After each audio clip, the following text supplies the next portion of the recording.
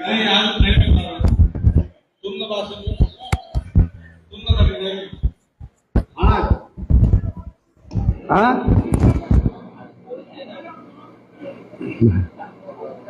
भाई मग जाणार रे परत आजीबाई वाटते की राहिली आज ना आपला जिल्हा परिषद पंचायत समिती आणि नगरपालिकांना बूथ मेळावा ना प्रसंगले आदरणीय आपले माजी मंत्री अनिल दादा आणि विद्यमान आमदार जयश्री पाटील तिलोत्तमा पाटील भैया मराठी नगर जयश्री पाटील नगरसेवक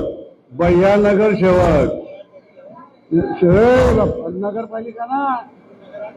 हा नगराध्यक्ष ना जयश्री नाना रतन भैया अप्पा 4 भारती 5 हा कोण आहे 5 आणि मी जेरॉक्स कॉपी आजीबाईनी 6 आजीबाईने का रामनगरात मी आज काही म्हणतो आज ये तू काही नाही काय काही का बाबू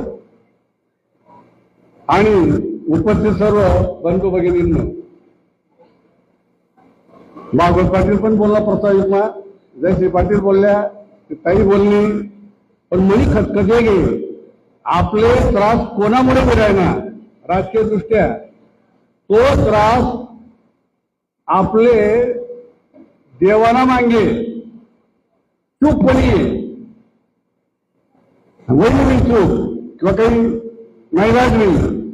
पण जयश्री पाटीलना जो 5 वर्षांना कालावधी होता तो 2.5 वर्षांना संपेले आणि 2.5 वर्षांना भारतीताईन लिहिले त्याच वेळेला जी बदलची म्हणजे माझी बहिणा करता मी 5 वर्ष काही काय महिना झाला मला नगराध्यक्ष 22 नगरसेवक पात्र एक दिन सोडेल नाही 5 वर्ष पुरा ठिकाणा चालली ना मी तुम्ही आम्हाला पोरणा 2.5 वर्ष का वाया घालात त्यांना जॉब आणि दादा गेलं पडी आज अरे त्याच वेळेला मी जाय ना कसा नाही येतो आज मेळा होता दादा एक किरकोळ गोष्ट बरं त्याची फटाने बेटा चुकीपणी आपली काय त्यावेळेला नाटका पण मोकळा होईना असा मोकळा त्यावेळेला का होईना नाही जर होता माझ्या बारीक बारीक गोष्टी झाली जाऊ जाऊ द्या जे झालं ते झालं पण नंतर जे ट्रिब्यून बोलली आता नाही निवडणुका येते नाना निमंत्रण बोलणारा माणूस त्रासदायक माणूस नाही प्रत्येक उमेदवाराने असंच बोलायला पाहिजे आहे की एक उदाहरण आहे म्हणा मी पण यांनी मारत की आणि दादा 15 वर्ष मागला गेले कार्यकर्ता कसा असावा ते बोलली गुन्हागारीने कार्यकर्ता मग उदय बापू असो का अनिल दादा असो कार्यकर्ता कसा असावा उदय बापू आणि अनिल दादा सारखा असावा पण नेता बी कसा असावा सारखाच असावा फक्त जेतना तुम्ही पण राहू चोऱ्या उचलाच्या चोऱ्यावाल्या तुम्ही काय केलं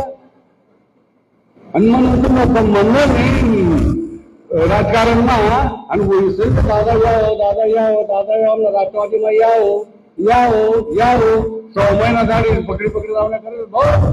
सांगे द्या ना खरं रे दामना पडी जातात क्या आणि वास्तव की नेता कार्यकर्ता कसा पाहिजे तुम्ही आपला सगळ्यात इमानदार कार्यकर्ता जनता जळगाव जिल्हा सांगत तिथे दादा दादा